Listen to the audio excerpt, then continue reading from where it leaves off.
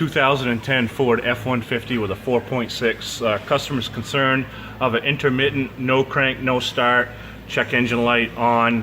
The cluster is haywire, and we have a U0101 lost communication with PCM code.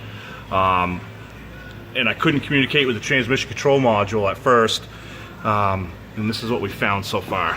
And this is obviously the high and low speed CAN network. And if you move the harness around on the TCM,